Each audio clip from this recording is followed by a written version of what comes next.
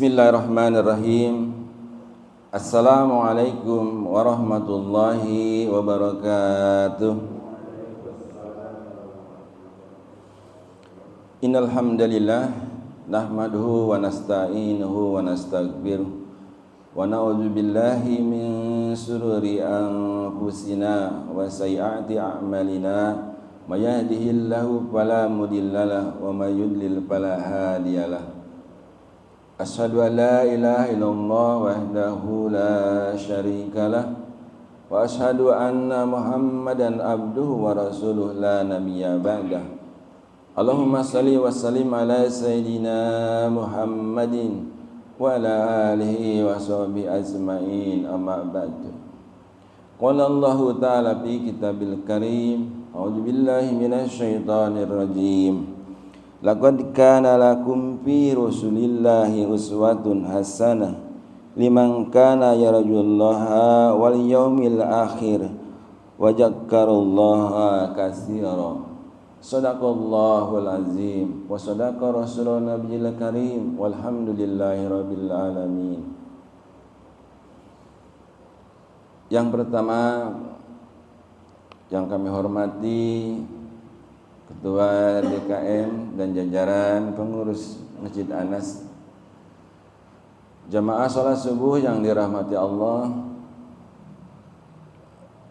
tentunya kita senantiasa menjadikan puja dan puji syukur kehadirat Allah Subhanahu wa taala atas segala nikmat yang Allah berikan kepada kita semua.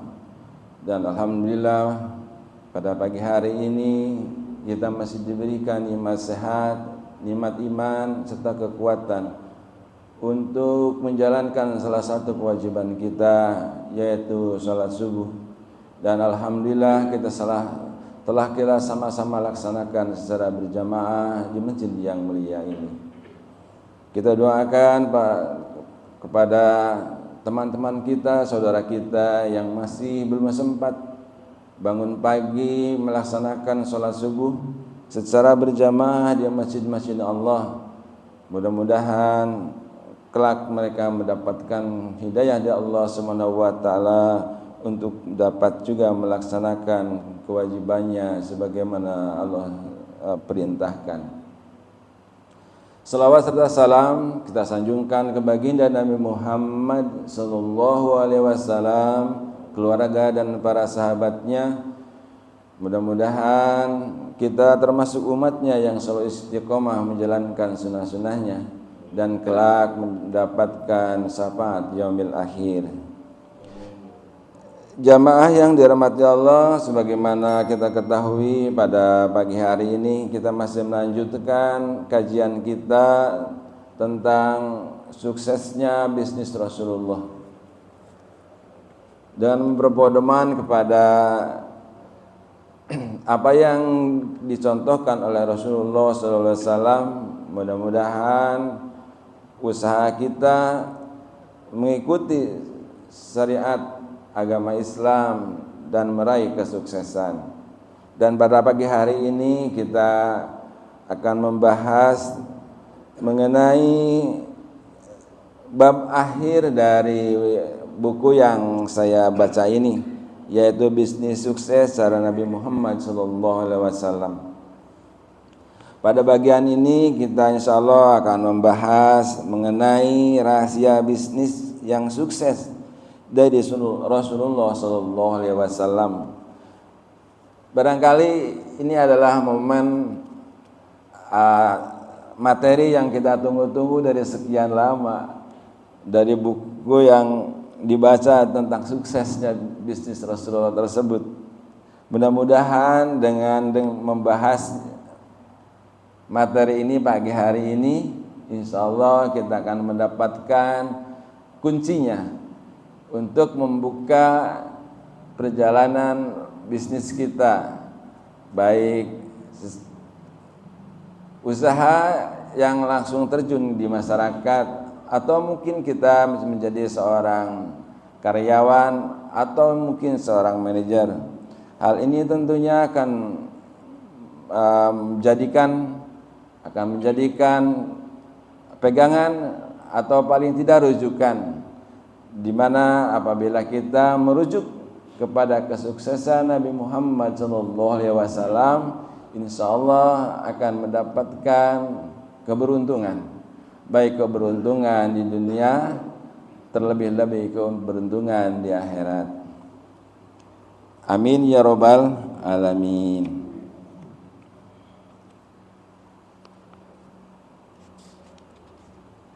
Kemarin teman saya menyampaikan bahwa Pak Aleh ceritanya kalau cerita bisnis cerita Pak Aleh aja gitu.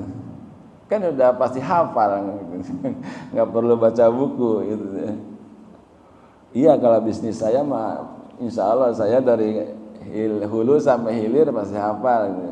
Itu cerita, barangkali ceritanya cerita sharing ya. Jadi bagaimana tentang usaha saya.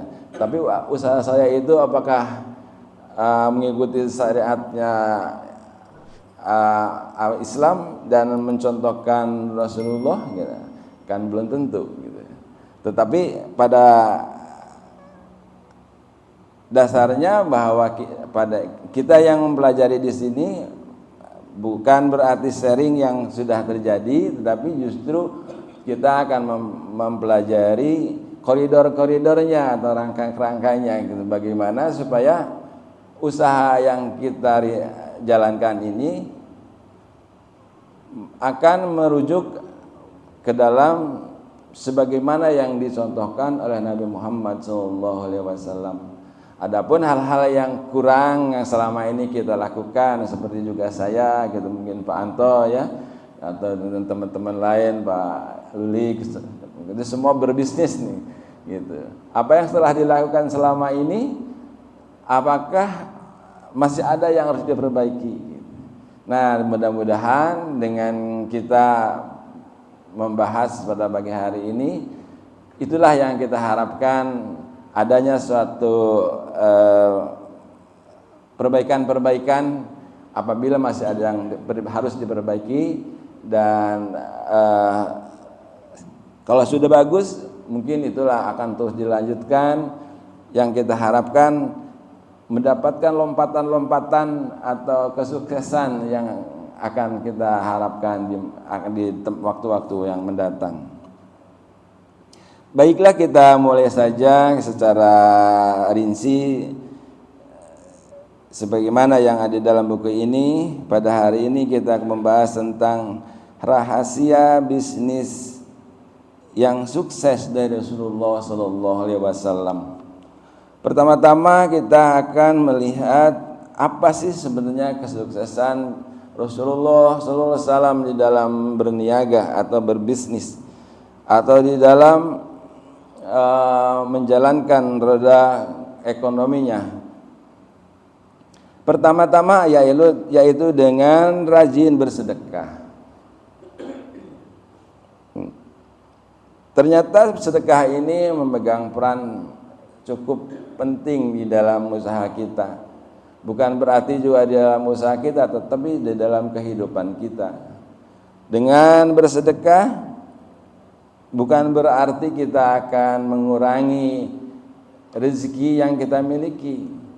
Justru dengan bersedekah maka banyak hal yang akan kita dapatkan dan tidak akan mengurangi harta yang kita miliki. Seperti kita ketahui bersama, ayatnya sering kita baca. Kalau tidak sering kita baca, berarti jarang melewati surat itu. Mudah-mudahan teman-teman sering melewati surat itu gitu, atau ayat itu. Ayatnya di mana gitu? Ayatnya adalah di Al-Baqarah surat Al-Baqarah ayat 261. Itu yang sering kita baca. Mudah-mudahan pada hari ini saya akan bacakan lagi. A'udzubillahi minasyaitonir rajim. Masalul ladzina yunfikuna amwalakum fi sabilillahi kamasali habatin ambatat sab'a sanabila fi kulli sumbulatin mi'atu habah wallahu yudaifu liman yasha wallahu wasi'un alim. Shadaqallahul azim. Perumpamaan orang-orang yang menginfakkan harta di jalan Allah adalah seperti orang yang menabur sebutir biji benih yang menumbuhkan 7 tangkai. Pada setiap tangkai ada 100 biji. Allah melipat gandakan pahala bagi siapa yang Dia kehendaki. Allah Maha luas lagi Maha mengetahui. Surat Al-Baqarah ayat 261. Di samping itu Nabi Muhammad SAW juga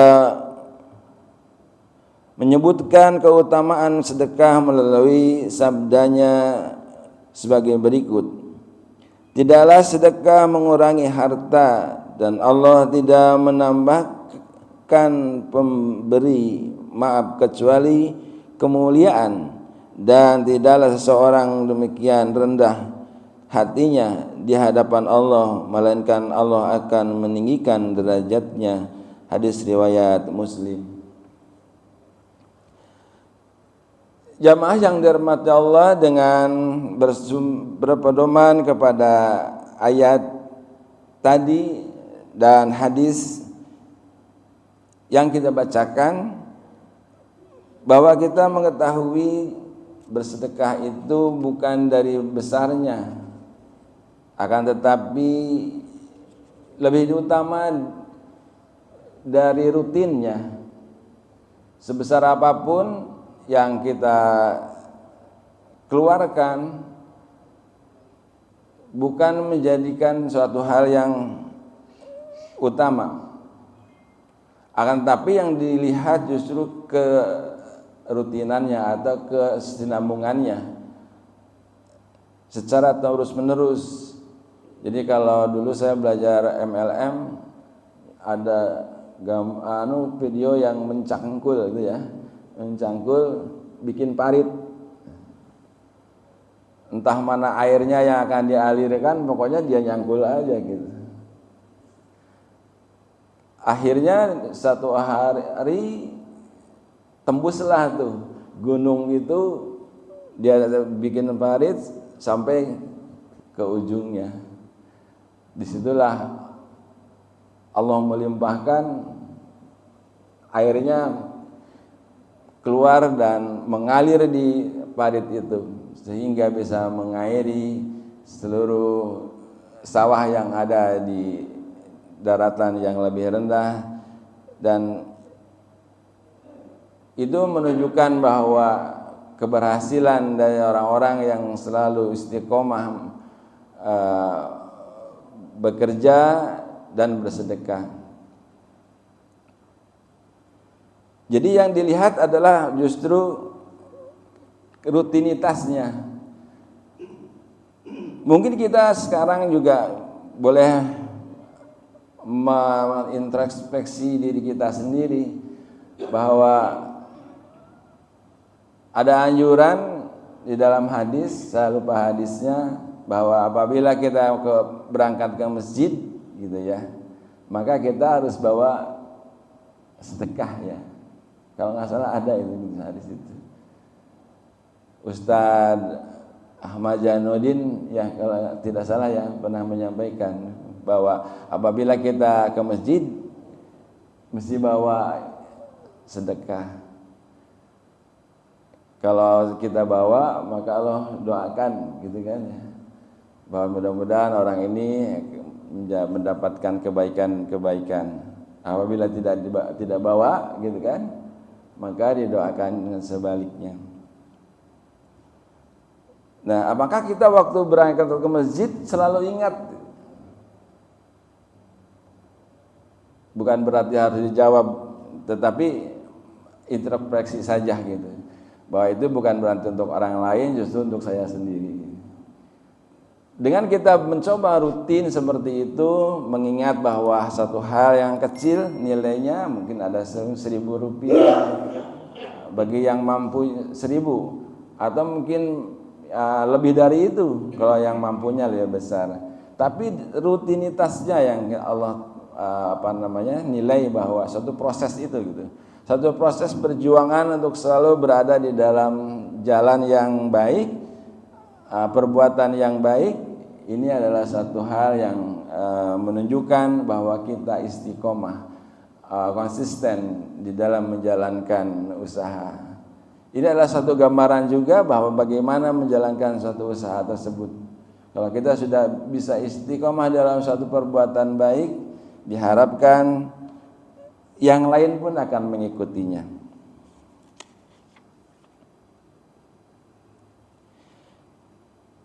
Beberapa hal yang akan saya bacakan saja.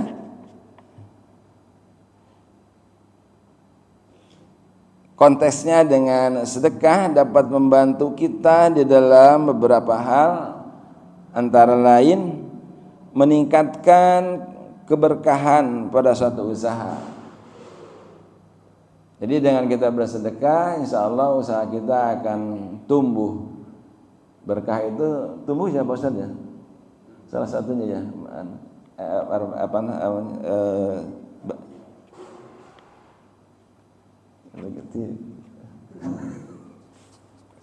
saya tanya aja tadi. Kemudian membuka pintu rezeki yang lebih luas. Jadi kenapa kok bisa membuka pintu rezeki yang lebih luas? Sebagaimana ayat tadi di dalam ayat surat Al-Baqarah ayat 261 bahwa dengan satu bulir, kan dengan satu butir maka akan menjadi tumbuh menjadi 7 bulir atau 7 cabang. Masing-masing cabang akan berbuah 100. Maka dengan kita bersedekah diharapkan akan lebih luaskan rezeki kita. Kemudian membangun hubungan yang baik dengan masyarakat sekitar. Jadi kita dengan bersedekah, apabila kita suatu usaha, ada suatu kios, mungkin ya suatu perusahaan, di perusahaan itu ada CSR-nya dan akan memberikan bantuan-bantuan dari dana yang sudah disisihkan dari sisa usaha tersebut, dan diberikan kepada lingkungan masyarakat yang di sekitar kantor kita. Apabila toko, ya akan kita berikan kepada masyarakat yang sekitar toko kita utamanya, dan tidak menutup kemungkinan kita bisa juga memberikan kepada sanak famili kita, fakir miskin yang membutuhkannya. Kemudian juga membentuk karakter sebagaimana pengusaha dengan membiasakan diri untuk melakukan sedekah secara rutin, maka kita dapat membentuk karakter sebagai pengusaha yang peduli dan berempati kepada orang lain. Jadi banyak sekali manfaatnya bagaimana kita bisa melakukan bersedekah. Barangkali ada ayat lain yang bisa kita coba bacakan, apakah itu bisa menjadi referensi juga di dalam usaha kita. A'udzubillahi minasyaitonirrajim. Bismillahirrahmanirrahim. As-sabili in kuntum amantum billahi wa ma anzalna ala abdina yaumal furqani yaumal taqal jam'an wallahu ala kulli syai'in qadir. Dan ketahuilah sesungguhnya segala yang kamu peroleh sebagai rampasan perang, maka 1/5 untuk Allah, Rasul, kerabat Rasul, anak yatim, orang miskin, dan ibnu sabil. Jika kamu beriman kepada Allah dan kepada apa yang kami turunkan kepada hamba kami, yaitu Nabi Muhammad sallallahu alaihi wasallam, di hari Furqan, yaitu pada hari bertemunya kedua pasukan, Allah Maha Kuasa atas segala sesuatu.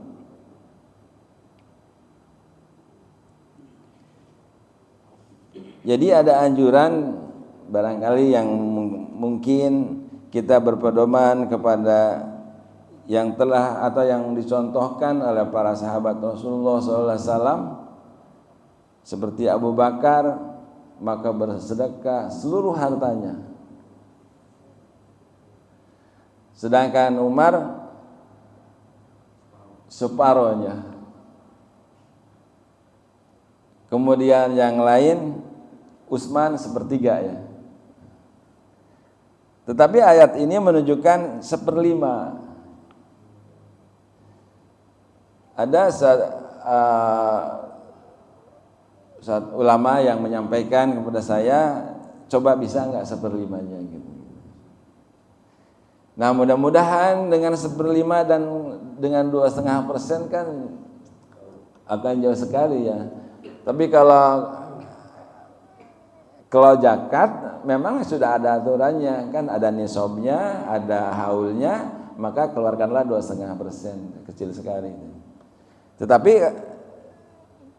kalau masyarakat kita atau kita sendiri bisa melakukannya 20% dari 1/5 atau 20% dari usaha kita, dari hasil usaha kita bisa berikan, kita sisihkan, maka insya Allah setiap bulan akan menghasilkan begitu banyak dana yang bisa membantu teman-teman kita yang tidak mampu dan fakir miskin. Ini pernah juga kalau salah Pak Anto ya, yang menyampaikan ya, ada mahasiswa yang mau bikin usaha, nyari teman, baru dapat 19 orang ya gitu ya. Padahal dia butuh 20 orang untuk menghidupkan dana. Satu orang lagi siapa nih? Akhirnya satu orang lagi, kata mahasiswa itu, satu orang lagi Allah saja gitu. Sebenarnya kalau kita lihat 1/20 kan, 1/20-nya adalah milik Allah. Jadi akhirnya perusahaan itu di mana Pak Anto? Di Mesir ya masalah ya. Akhirnya berlimpah ruah menjadi sebuah perusahaan yang sangat besar dan bisa membantu masyarakat luas, karena tadi 20%-nya langsung menjadi milik Allah. 100% ya, luar biasa. Akhirnya 100% ya. Nah, belakangan ini kita mengetahui juga ya, ada wakaf gitu kan di Tulungagung ya, masjid di Tulungagung yang bagaimana cara menghidupi masjidnya gitu kan. Udah 12 SPBU saya sebagai wakaf untuk menghidupi hari-hari kehidupan masjid. Luar biasa contoh-contoh ini gitu. Mudah-mudahan kita dapat terinspirasi dengan model-model kejadian yang dapat kita dengar.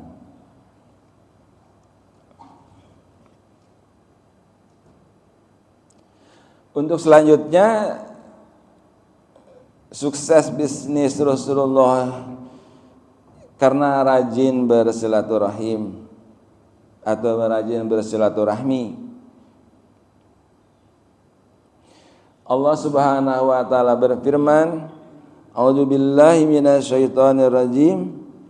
Ya ayyuhan nas, inna khalaqnakum minaz zakari wal unsa wa ja'alnakum syu'uban wa qabaila lita'arafu inna akramakum indallahi atqakum innallaha alimun khabir. Wahai manusia, sesungguhnya kami telah menciptakan kamu dari seorang laki-laki dan perempuan. Kemudian kami menjadikan kamu berbangsa-bangsa dan bersuku-suku agar kamu saling mengenal. Sesungguhnya yang paling mulia di antara kamu di sisi Allah adalah orang yang saling bertakwa. Sesungguhnya Allah Maha mengetahui lagi Maha teliti. Al-Hujurat ayat 11. Jadi dengan kita melakukan silaturahim diharapkan kita akan menambah lebih banyak orang-orang yang bisa mengenal usaha kita. Silaturahmi diartikan lebih luas bahwa tidak mengunjungi sanak saudara dan menyambung apa yang putus dari hubungan kita. Tapi dalam hal ini terkaitnya dengan usaha, maka sebenarnya ini yang disebutkan oleh sebagian teman-teman kita itu bisnis MLM ya. Jadi semakin banyak jaringan, kita terus mengadakan hubungan-hubungan, akibatnya usaha kita akan dikenal oleh banyak orang, oleh masyarakat yang luas, sehingga paling tidak dari sekian persen dari jumlah yang masyarakat kenal terhadap usaha kita akan datang untuk berbelanja di tempat kita. Pada saat ini banyak cara-cara yang dilakukan oleh pengusaha-pengusaha baik yang kecil maupun besar, yaitu dengan melakukan iklan di TikTok ya, iklan TikTok, iklan Instagram, Facebook dan lain sebagainya. Banyak cara dan banyak cara yang mudah. Tidak perlu lagi dengan biaya yang mahal. Yang penting kita mengetahui tekniknya. Kita mengetahui bagaimana cara menguploadnya sehingga usaha kita bisa dikenal secara luas melalui media sosial tersebut. Hal ini banyak sekali sekarang saat ini teman-teman kita melakukan bisnis tersebut dengan cara melakukan pemasaran atau bersilaturahim dengan seluruh masyarakat luas dengan cara seperti itu.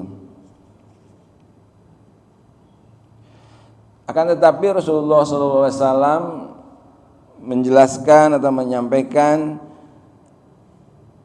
di dalam hadis, barang siapa ingin diluaskan rezekinya dan dipanjangkan umurnya, maka sambunglah tali silaturahim. Hadis riwayat Bukhari dan Muslim. Kekerabatan itu berada di ars.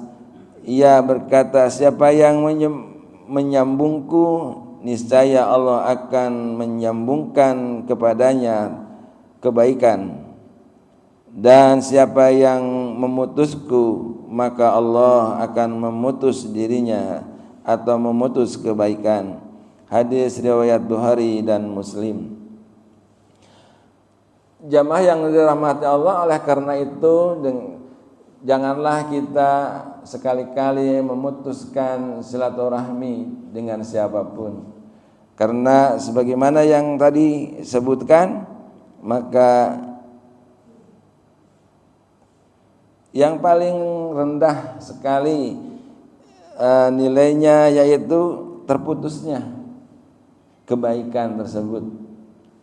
Maka kita jauhilah hal-hal yang menjadikan perbuatan kita menjadi memutuskan silaturahim tersebut atau silaturahmi tersebut.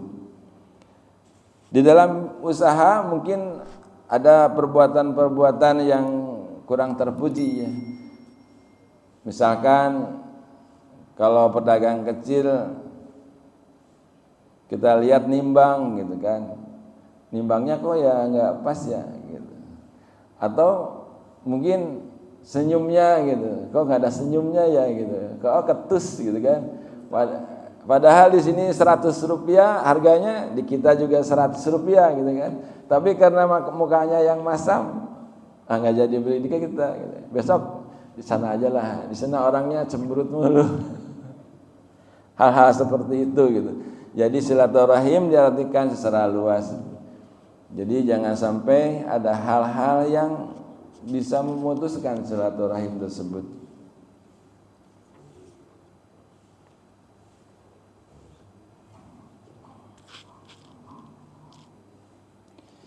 Selanjutnya suksesnya usaha Nabi Muhammad SAW yaitu dengan rajin melakukan ibadah sholat sunat duha. Sebenarnya bagi para jamaah sudah tahu apa yang disebut dengan sholat duha nih. Tapi di sini mari kita mengingatkan lagi. Jadi beberapa keutamaan-keutamaan yang ada di dalam melaksanakan sholat sunat duha tersebut. Sholat sunat duha adalah sholat sunat yang dilakukan pada waktu setelah terbitnya matahari hingga menjelang waktu zuhur. Sholat sunat ini memiliki banyak manfaat dan diantaranya ialah dapat membantu kita untuk mencapai kesuksesan dalam berbisnis. Cara ini juga yang disyaratkan oleh Allah Subhanahu wa ta'ala melalui firman-Nya sebagai berikut. A'udzubillahi minasyaitonirrajim. Wabtagu min fazlillahi wazkurullaha katsiran la'allakum tuflihun. Carilah karunia Allah dan ingatlah Allah sebanyak-banyaknya agar kamu beruntung. Al-Jumu'ah ayat 10. Bahwa dalam mencari karunia Allah Subhanahu wa ta'ala penting untuk memperbanyak mengingatnya. Dan salah satu cara mengingatnya adalah dengan melakukan sholat sunat duha. Sholat sunat duha ada 3 momen ya, atau 3 kesempatan ya, yaitu awal duha, pertengahan duha, dan di akhir duha. Kalau awal duha itu ada beberapa pendapat yang kita sholat syuruk atau sholat isyraq itu adalah awal duha. Kemudian jam 9 nanti itu masuk ke pertengahan duha, dan akhir duha itu jam-jam 11 gitu, sebelum sholat zuhur tiba. Nah, para jamaah silahkan saja berpendapat kepada yang mana enaknya di mana gitu. Yang penting sholat duhanya jangan ditinggal. Kalau ingin lebih baik maka awal duha yang disebut isyraq, ya udah itu isyraq saja gitu, karena adalah salat namanya salat isyraq gitu. Kemudian ya kita duha lagi gitu. Itu saya pikir suatu hal yang namanya kita ingin memperbaiki gitu kan, namanya kita ingin dekat kepada Allah, maka banyak-banyak menyebut Allah dan banyak-banyak berdekat kepada Allah, banyak-banyak menyebut Allah. Tadi ada satu kebaikan yang ada di dalam sholat sunat tersebut. Rasulullah SAW bersabda sebagai berikut, Allah Subhanahu wa taala berfirman, wahai anak Adam, janganlah engkau tinggalkan 4 rakaat salat di awal siang atau di waktu duha, maka itu akan mencukupimu di akhir siang. Hadis riwayat Ahmad, Abu Daud dan Tirmizi. Kemudian Rasulullah SAW bersabda lagi pada bagian lain, barang siapa salat duha 12 rakaat, maka Allah akan membangunkan baginya istana dari emas di surga. Hadis riwayat Tirmizi dan Ibnu Majah. Banyak sekali manfaat atau faedah-faedah yang apabila kita melanggengkan untuk melaksanakan salat sunat duha ini. Tentunya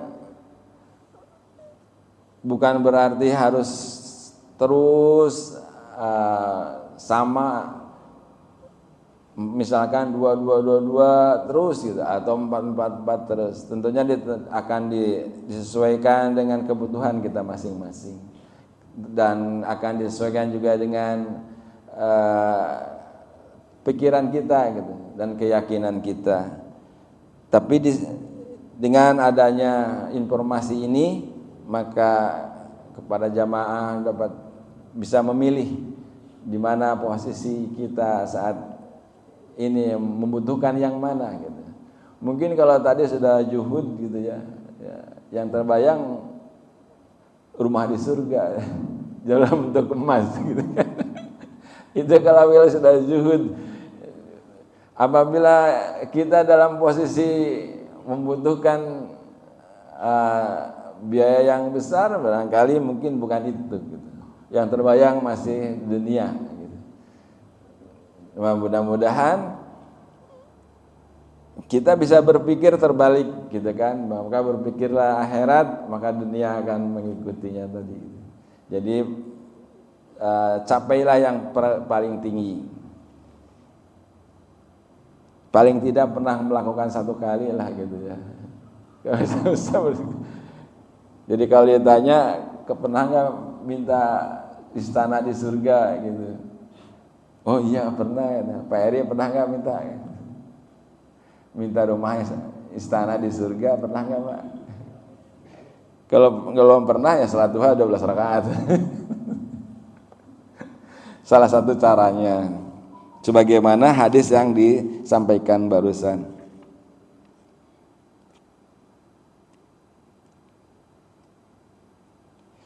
Dalam hal ini ada beberapa tips yang dapat membantu kita untuk mengoptimalkan manfaat salat duha dalam usaha kita.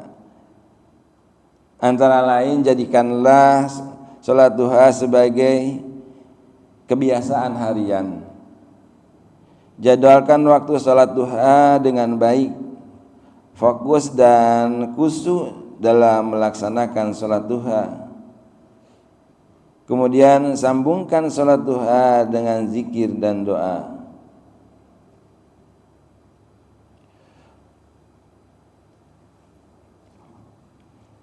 Kalau doanya silahkan ya banyak ya, macam-macam.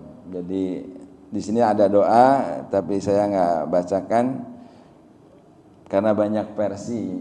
Jadi silahkan para jamaah mau berdoa seperti apa sesuai dengan kebutuhannya masing-masing. Tetapi ada tuntunan bahwa apabila kamu sholat duha 2 rakaat, maka kamu tidak termasuk kaum yang lalai. Jika kamu sholat duha 4 rakaat, maka kamu akan dicatat sebagai bagian dari kaum yang berbuat baik. Apabila kamu sholat duha 6 rakaat, maka kamu akan dicatat sebagai bagian dari kaum yang taat. Jika kamu salat duha 8 rakaat, maka kamu akan dicatat sebagai bagian dari kaum yang beruntung. Apabila kamu mengerjakan salat duha 10 rakaat, maka pada hari itu tidak akan dicatatkan dosa bagimu. Dan apabila kamu salat duha 2 rakaat, salat duha 12 rakaat, maka akan dibangunkan untukmu sebuah rumah di surga. Hadis riwayat Baihaqi. Itu adalah tuntunannya yang dapat kita sama-sama ketahui. Silahkan para jamaah mana yang diperlukan pada saat ini. Kemudian yang berikutnya,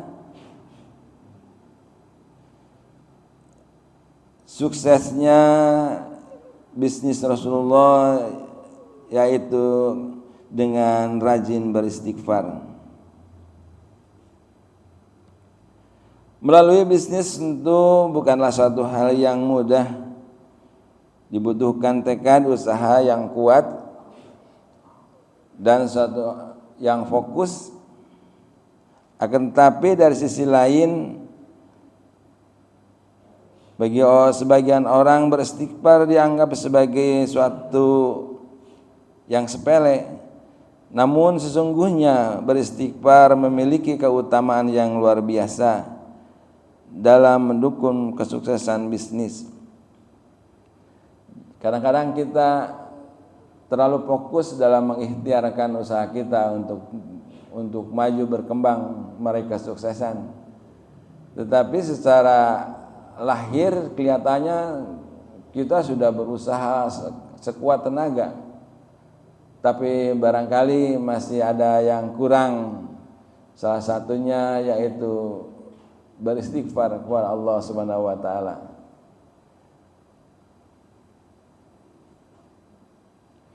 Mengenai hal ini ada beberapa ayat yang menyatakan keutamaan istighfar. Di antaranya, A'udzubillahi minasyaitonirrajim.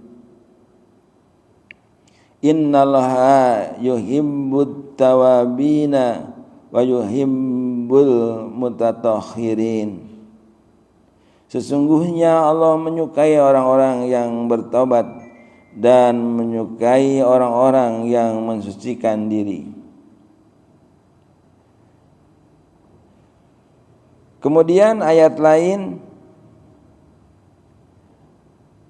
Fakultus tagfiru rabbakum innahu kana ghaffara yursilis samaa alaikumul midrara wa yamdidkum bi amwali wa banina wa yaj'al lakum jannati wa yaj'al lakum anhara. Lalu aku Nuh berkata kepada mereka, mohonlah ampun kepada Tuhanmu, sesungguhnya Dia Maha Pengampun. Jika kamu memohon ampun, niscaya Dia akan menurunkan hujan yang lebat dari langit kepadamu, memperbanyak harta dan anak-anakmu, serta mengadakan kebun-kebun dari sungai-sungai sungai-sungai untukmu. Surat Nuh ayat 10 dan sampai 12. Jadi terkadang kita mungkin lupa pada saat ini bahwa kita sudah berupaya sekuat tenaga untuk meningkatkan usaha kita. Akan tetapi dengan melakukan istighfar ada suatu nilai ibadah, mendekatkan diri kepada Allah Subhanahu wa taala dan berdampak kepada kemudahan-kemudahan di dalam meraih kesuksesan bisnis kita. Dengan banyak istighfar tadi, bahwa kita pertama mensucikan diri. Kalau kita sudah suci diri kita, maka Allah suka terhadap kita. Bahwa Allah sesungguhnya menyukai orang-orang, menyukai keindahan, menyukai kebersihan.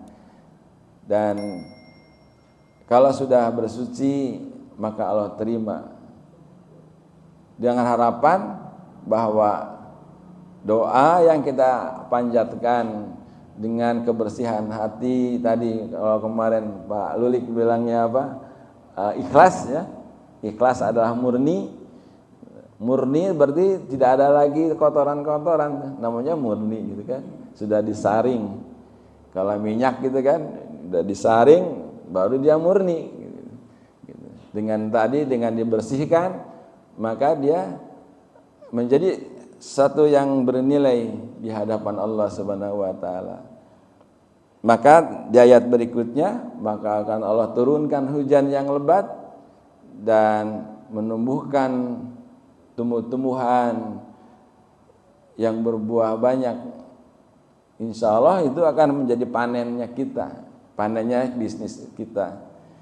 Di samping itu akan juga memberikan kita keturunan yang banyak.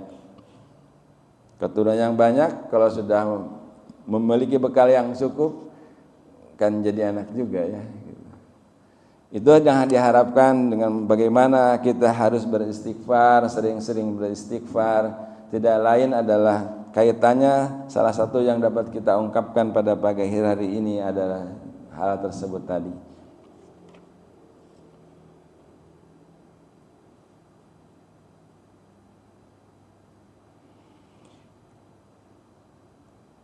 Kalau ini adalah satu hal yang barangkali menjadi pegangan, kalau kita mau merujuknya, yaitu Rasulullah SAW bersabda, demi Allah, sungguh aku selalu beristighfar dan bertaubat kepada Allah dalam sehari lebih dari 70 kali. Hadis riwayat Bukhari. Dalam riwayat lain Rasulullah SAW bersabda, tidak aku berada di pagi hari antara terbit fajar hingga terbit matahari kecuali aku beristighfar kepada Allah sebanyak 100 kali. Hadis riwayat Nasai. Jadi dengan kita membaca atau mendengar penjelasan ini, bahwa beristighfar kepada Allah Subhanahu wa taala lebih banyak adalah lebih baik. Dengan banyak beristighfar berarti kita berupaya untuk banyak membersihkan diri kita, utamanya hati kita.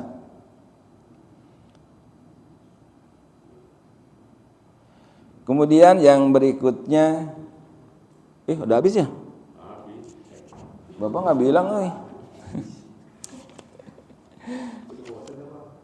Udah bosan ya? Baiklah, karena waktu sudah tidak mengizinkan lagi, karena isyraqnya 34 ya? 31. Ini udah 5 menit saya tekor nih. Jadi karena waktu sudah sampai waktu Isra, jadi itulah kunci sukses bisnis Nabi Muhammad SAW. Mudah-mudahan akan menjadi pegangan kita di dalam memajukan atau dalam merintis usaha kita yang akan dilaksanakan. Mudah-mudahan dengan berpedoman kepada Rasulullah SAW kita akan meraih kesuksesan baik di dunia, terlebih-lebih kita di akhirat. Itu saja yang dapat kami sampaikan. Salahnya adalah karena kekurangan diri saya sendiri. Saya mohon maaf kepada seluruh jamaah dan mohon ampun kepada Allah Subhanahu wa taala. Mari kita tutup pertemuan kita pada pagi hari ini dengan membacakan doa kafarat majelis. Subhanaka Allahumma wa bihamdika asyhadu an la ilaha illa anta astaghfiruka wa atubu ilaik. Billahi taufiq wal hidayah. Assalamualaikum warahmatullahi wabarakatuh.